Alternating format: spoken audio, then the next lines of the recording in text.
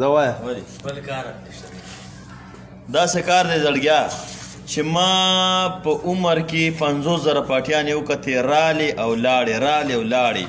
خو دا واحد یو پارټي پی ټي آی پارټي ده چې ما په دې کې ډانسر ولیدو عام په منځ باندې په یو پارټۍ کې ما په دې پی ټي آی پارټۍ کې ما هر رنګه سړی ولیدو